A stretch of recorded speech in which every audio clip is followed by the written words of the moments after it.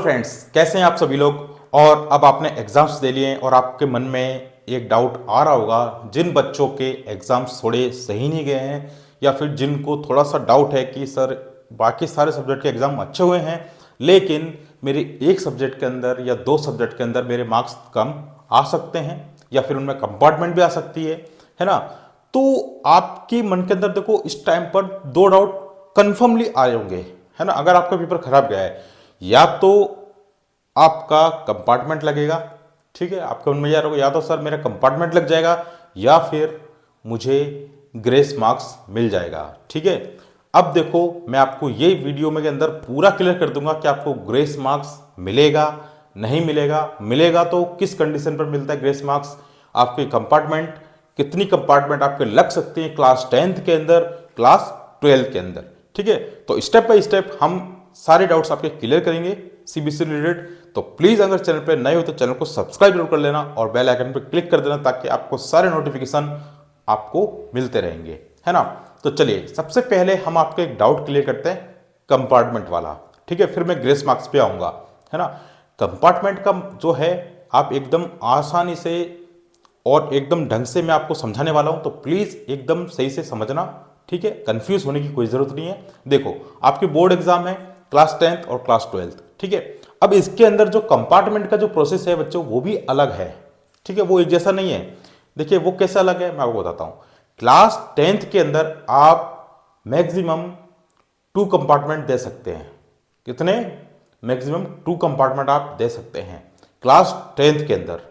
मतलब कि class 10th के अंदर अगर आपके 2 पेपर में अगर आप फेल हो तो आपकी कंपार्टमेंट लग जाएगी। आप कंपार्टमेंट उन 2 सब्जेक्ट का कंपार्टमेंट पेपर देकर आप आसानी से पास हो सकते हो, ठीक है। लेकिन बच्चों अगर आप क्लास 12th में हो, अब जो क्लास 12th के अंदर है, क्लास 12th के अंदर जो कंपार्टमेंट का जो प्रोसेस है भैया वो केवल एक सब्जेक्ट के लिए है।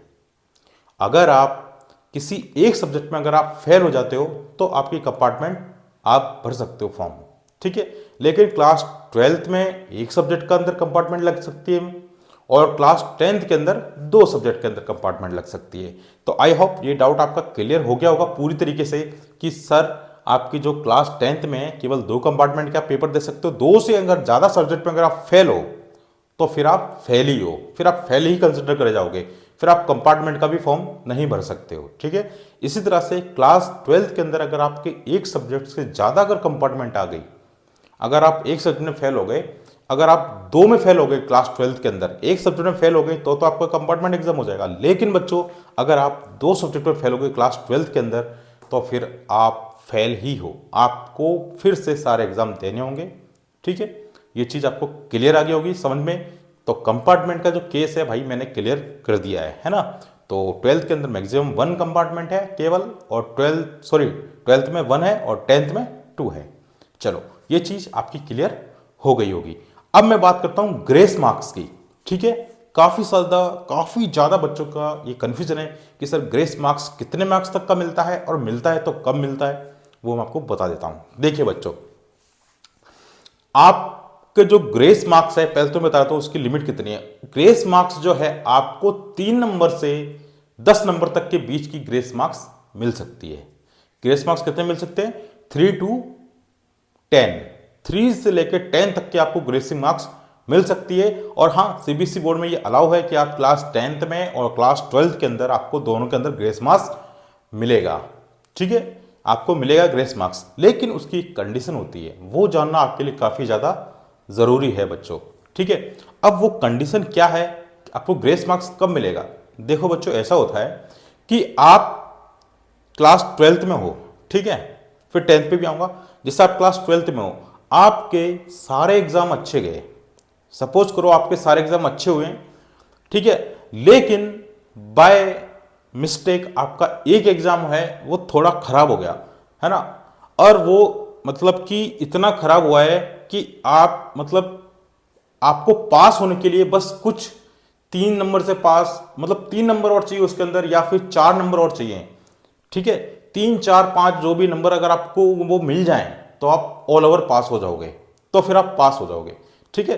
ग्रेस मार्क्स आपको जब भी मिलता है जब आप सारे सब्जेक्ट में आपका रोल अच्छा है, बस एक सब्जेक्ट की वजह से, किसी एक सब्जेक्ट की वजह से आप फेल हो रहे हो, या फिर आपके कंपार्टमेंट आने वाली हो, लेकिन तो फिर उस कंडीशन में क्या करते हैं, सीबीएसई बोर्ड आपको ग्रेस मार्क्स देके पास कर देती है। ठीक है, लेकिन कंडीशन क्या है, केवल एक ही सब्जेक्ट में ग्रेस मिलती है। आप ये ना सोचें कि ग्रेस मेरे को हर सब्जेक्ट में मिल जाएगी, क्योंकि 10 मार्क्स की ग्रेस है तो एक एक नंबर अगर हर सब्जेक्ट में कम पड़ रहा है तो एक एक नंबर का ग्रेस सब में मिल जाएगा 10, हो तो मैं तो पास हो जाऊंगा। ऐसा बिल्कुल भी नहीं है मेरे भाइयों। ग्रेस मार्क्स आपको जब ही मिलता है जब केवल एक सब्जेक्ट के अंदर आप 3, 4, 5, 6 नंबरों से रह रहे हो। ठीक है, या तो उसमें कंपार्टमेंट आ जाए, या फिर 10 से भी ज्यादा अगर मार्क्स कम है एक सब्जेक्ट के अंदर, फिर तो आपको कंपार्टमेंट देना है, फिर तो श्योर है कि आपको कंपार्टमेंट देना है। हाँ, अगर 10 मार्क्स से कम है, आपके 10 मार्क्स से कम की आपको जरूरत पड़ रही है और बाकी सारे सब्जेक्ट में अच्छा है, केवल एक सब्जेक्ट में ऐसा आपके साथ हो रहा है, तो आपको वो ग्रेस के मार्क्स दे दिए जाते हैं। ठीक है, तो जब आपको ग्रेस के मार्क्स मिलेंगे, मतलब कि आपके सारे पेपर अच्छे होने चाहिए, बस किसी एक सब्जेक्ट में ग्रेस मिलता है। ठीक है, वो भी कम मिलता है, मैंने बता दिया 10 मार्क्स से अगर कम है तो आपके ग्रेस मिल जाएंगी और आप पास हो जाओगे। अगर 10 मार्क्स से कम है उसमें भी, तो फिर आप कंपार्टमेंट के लिए अंदर कंसिडर कर दिए जाओगे। तो आपको ये सिस्टम समझ में आ गया होगा। चलिए अब मैं बात करता हूँ क्लास 10th के अंदर अगर ग्रेस मार्क्स लगती है तो कैसे लगती है। अब क्लास 10th की बात करते हैं बच्चों, तो क्लास 10th के अंदर भी सेम रूल है। उसको कोई मतलब नहीं कि यहाँ पर 2 कंपार्टमेंट दे सकते हैं और वहाँ पर एक दे सकते थे, तो सर मैं क्या करूँ। तो भाई आपको कुछ नहीं करना है, आपके अगर वही सेम प्रोसेस है जो 12th वालों के है, कि अगर आपको 10th वालों के सारे सब्जेक्ट के पेपर अच्छे हुए हैं, किसी एक सब्जेक्ट में अगर पास होने के लिए कुछ मार्क्स की कमी है, ठीक है, तो वो आपको ग्रेस मिल जाएगी, है ना। लेकिन आपको भी एक ही सब्जेक्ट में ग्रेस मिलेगी, ये बात ध्यान रखना। ऐसा नहीं कि 2-2 सब्जेक्ट में आपको ग्रेस मिल जाए और आप पास हो जाओ, ऐसा बिल्कुल भी नहीं है। किसी एक सब्जेक्ट में ग्रेस मिलती है ना, और वो भी कम मिलती है जब कम से कम आपके मैक्सिमम 10 है, 10 नंबर से भी अगर ज़्यादा आ रहा है, 11 नंबर भी अगर आपके कम पड़ रहे हैं पास होने के लिए, तो आप फिर कंपार्टमेंट में डाल दिए जाओगे। ठीक है, तब आप कंपार्टमेंट में डाल दिए जाओगे और आप फेल उसमें हो जाओगे।